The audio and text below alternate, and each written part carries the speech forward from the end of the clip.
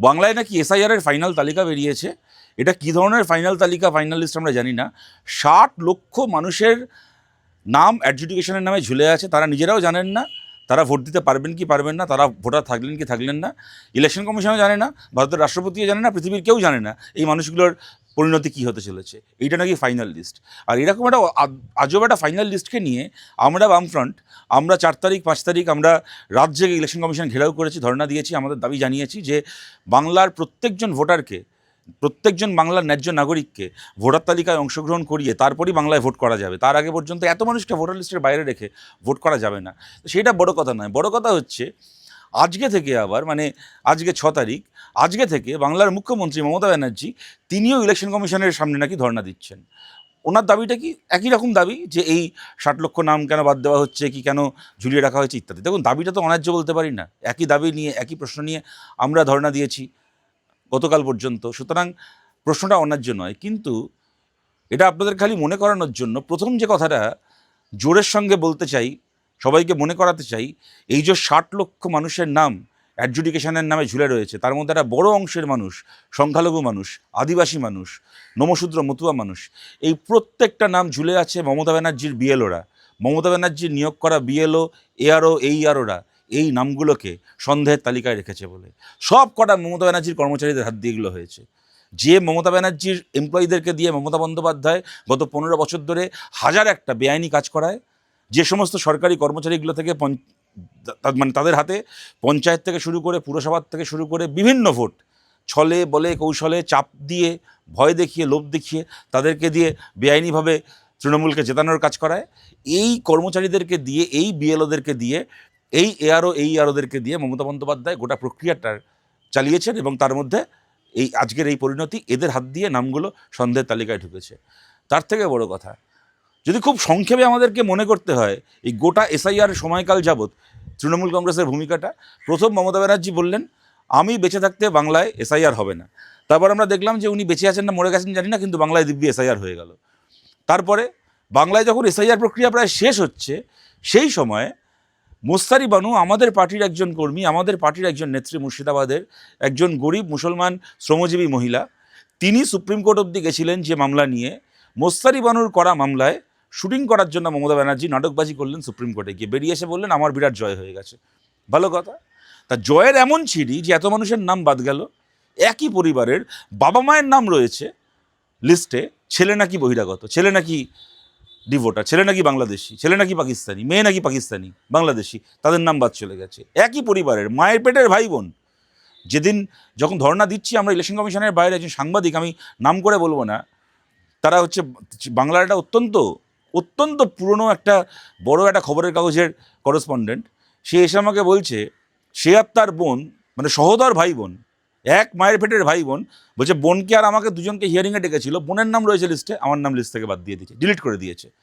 আর যাদের নাম ডিলিট করে দিয়েছে তাদের তাও এখন অ্যাপ্লাই করার সুযোগ রয়েছে। যাদের নাম অ্যাডজুডিকেশনের নামে ঝুলে আছে তারা কি করবে কেউ জানে না। এত কিছু হয়ে যাওয়ার পরে উনি এখন ধর্ণা দিচ্ছেন, উনি নাকি সুপ্রিম কোর্ট থেকে নাকি বিরাট জয় হাসিল করে এনেছিলেন, এমন তার জয় ছিঁড়ি আজকে এই লিস্ট বেরিয়েছে। এবার কথাটা আপনাদেরকে যে কারণে বলার, দেখুন এই যখন মমতা বন্দ্যোপাধ্যায় সুপ্রিম কোর্টে গেছিলেন, ওনাকে নিয়ে অনেক খবর হয়েছিল। মুস্তারি বানুর করা মামলায় যখন উনি এই নাটকবাজিটা করছিলেন, একজন গরিব শ্রমজীবী, আর সত্যি দেখলে খারাপ লাগে, দেখলে কষ্ট হয় আমাদের দেশের গণমাধ্যমকে নিয়ে, প্রচার মাধ্যমকে নিয়ে। মোস্তারি বানু একজন গরিব শ্রমজীবী সংখ্যালঘু মহিলা, তাই সে মিডিয়ার লাইমলাইটটা পেল না, তিনি মিডিয়ার লাইমলাইটটা পেলেন না। তার যে কাজ, তার যে লড়াই, সেই লড়াই, তার স্বীকৃতি চুরি করতে চাইল একটা রাজ্যের মুখ্যমন্ত্রী। যেহেতু মমতা ব্যানার্জি একজন ক্ষমতাসীন মুখ্যমন্ত্রী, সেহেতু মোস্তারি বানু অন্ধকারে থেকে গেল, মমতা বন্দ্যোপাধ্যায়ের মুখে যাবতীয় প্রচার মাধ্যমের আলো গিয়ে পড়ল। খারাপ লাগে, আক্ষেপ হয় এই এই এই মিডিয়াকে দেখলে। মিডিয়া মানে তো সমাজের সবচেয়ে প্রান্তিক, যে সবচেয়ে বঞ্চিত, যে যার কাছে কেউ পৌঁছাচ্ছে না তার কাছে মিডিয়ার আলো গিয়ে পৌঁছবে, তার কাছে মিডিয়ার ক্যামেরা বুম গিয়ে পৌঁছবে। তার বদলে দেখলাম যার সামনে মানে গোটা রাষ্ট্রযন্ত্র সাজানো রয়েছে, তার পেছনেই যাবতীয় মিডিয়া, তার জন্যই যাবতীয় ক্যামেরা, যাবতীয় প্রচার। যাই হোক, এই সব কিছু হলো।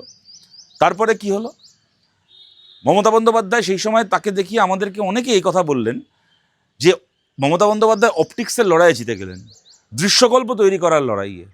সোজা বাংলায় বলতে গেলে বলতে হয় মমতা বন্দ্যোপাধ্যায় একটা ভালো সিনেমা বানালেন। ভালো একখানা নাটক মঞ্চস্থ করলেন, একটা ভালো গল্প তৈরি করলেন। এই নাটক মঞ্চস্থ করা, সিনেমা বানানো, গল্প তৈরি করার লড়াইয়ে, শুটিং করার লড়াইয়ে মমতা বন্দ্যোপাধ্যায় এগিয়ে গেলেন। তোমরা পারলে না, ভালো কথা, কিন্তু দেখুন অপটিক্সটাই কি শেষ কথা বলবে? আলটিমেটলি যাবতীয় অপটিক্স যখন শেষ হবে তখন তো সত্যিকারের বাস্তবতার সামনে দাঁড়াতে হবে। সত্যিকারের বাস্তবতাটা কি?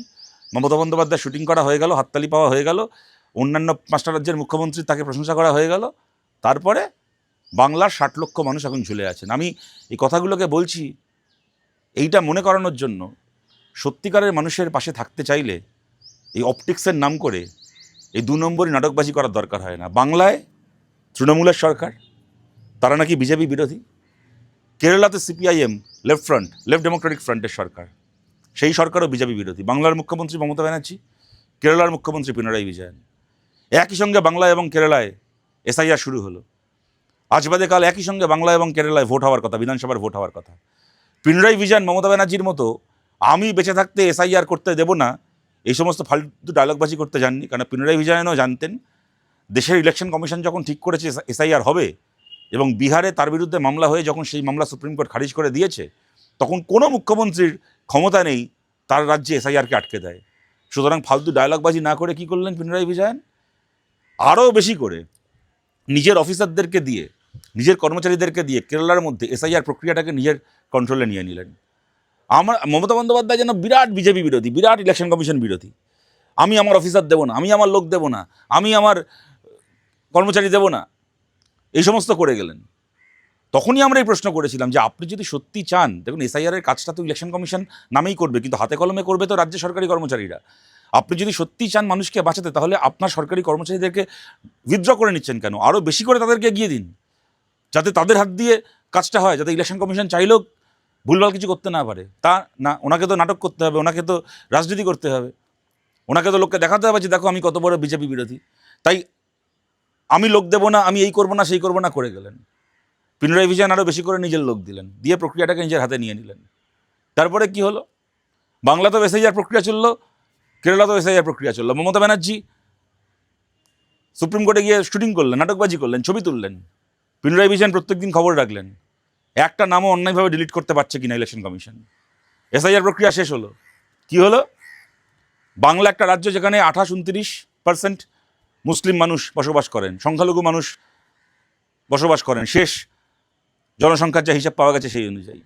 কেরালা একটা রাজ্য যেখানে 30%-এর ওপর মুসলিম জনসংখ্যা, 18%-এর ওপর খ্রিস্টান জনসংখ্যা ওখানে রয়েছে। একটা রাজ্যের প্রায় অর্ধেক মানুষ তারা অহিন্দু, একটা বড় আদিবাসী জনসংখ্যা রয়েছে, জাতিগোষ্ঠী রয়েছে।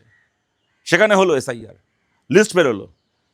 বাংলাতে এত মানুষের নাম বেআইনিভাবে অ্যাডজুডিকেশনের নামে ঝুলিয়ে দেওয়া হলো। এই তৃণমূল সরকারের মমতা ব্যানার্জির বিএলওগুলো 7 দিন আগে 8 দিন আগে যে সমস্ত মুসলিম এলাকায় মুসলিম পরিবারের বাড়ি বাড়ি গিয়ে ওই এনুমারেশন ফর্ম দিয়ে এসেছিল, এসআইআরের ফর্ম দিয়ে এসেছিল, নিজে হাতে করে একজন মানুষকে ফর্ম দিয়েছে, নিজে হাতে করে তার থেকে সে ফর্ম জমা নিয়েছে, সেই লোকটার নামে ফর্ম 7 জমা দিচ্ছে তারপর বিজেপি গিয়ে, যে এই লোকটা মৃত, এই লোকটা বাংলাদেশি। নিজে তার আগে গিয়ে তার নামে ফর্ম জমা দিয়ে এসছে, তার হাতে দিয়েছে ফর্ম, তার থেকে ফর্ম নিয়ে এসছে। বিজেপি তার নামে ফর্ম 7 জমা দিয়ে দাবি করেছে সে মৃত, অমনি তাকে আবার ডেকে পাঠাচ্ছে, এই তুমি নাকি মৃত, এসে দেখিয়ে যাও তুমি জীবিত। এই করে করে হেয়ারিংটা চালালো এই মমতা ব্যানার্জির কর্মচারীগুলো। একটা ক্ষেত্রে একটা ফলস এসআইআর জমা দেওয়ার জন্য একটা বিজেপির লোকের নামে এফআইআর হলো না পশ্চিমবাংলায়। তারপরে ফাইনাল লিস্ট বেরোলো, কী হলো? বাংলায় এত মানুষের নাম, তার মধ্যে একটা বড় অংশের মুসলিম মানুষ, আদিবাসী মানুষ, নমশূদ্র মতুয়া মানুষ, তাদের নাম ঝুলে থাকলো অ্যাডজুডিকেশনের নামে। কেরালার মতো একটা রাজ্যে না কোনো মানুষের নাম অন্যায়ভাবে লিস্ট থেকে বাদ গেল, ইলেকশন কমিশন চেয়েও বাদ দিতে পারলো না, না কোনো মানুষের নাম সেখানে অ্যাডজুডিকেশনের নামে অন্যায়ভাবে ঝুলিয়ে রাখতে পারলো, কিন্তু না কোনো মৃত মানুষের নাম জোর করে লিস্টে রাখা হলো। সমস্ত মৃত মানুষের নাম সৎভাবে ডিলিট করা হলো লিস্ট থেকে। সমস্ত একাধিকবার এন্ট্রি যে নামগুলো ছিল, একাধিক জায়গায় তাদের নাম রয়েছে, সৎভাবে নামগুলোকে ডিলিট করা হলো লিস্ট থেকে। এসআইআরটা যে কারণে করা, সৎভাবে সেই কাজটাকে ক্যারি আউট করা হলো, এবং কোনোভাবে কোনো মানুষকে ইলেকশন কমিশন চাইলেও তাকে হেনস্থা করতে পারলো না, নিশ্চিত করলেন কেরালার বাম গণতান্ত্রিক সরকার, পিনারাই বিজয়নের সরকার। আর মমতা ব্যানার্জির নাটকবাজি এই দিকে। এখন মমতা ব্যানার্জি ধর্ণা দেবেন, মমতা ব্যানার্জি সার্কাস করবেন, বড় বড় ভাষণ দেবেন, দিল্লিতে গিয়ে ওনার দলের লোকেরা 2 দিন নাচন কদন করবেন, ডান্স বাংলা ডান্সের অনুষ্ঠান করবেন, ওই নাটকবাজি দেখে পেট ভরাতে হবে, হাততালি দিতে হবে যে দিদি আমাদের কত লড়ছে বিজেপির বিরুদ্ধে। কিন্তু সত্যি যদি বিজেপিকে আটকাতে হয় তাহলে মমতা ব্যানার্জির পথ নয়, পিনারাই বিজয়নের পথে চললে, বামপন্থীদের পথে চললে বিজেপিকে আটকানো সম্ভব। কেরালা দেখিয়ে দিল।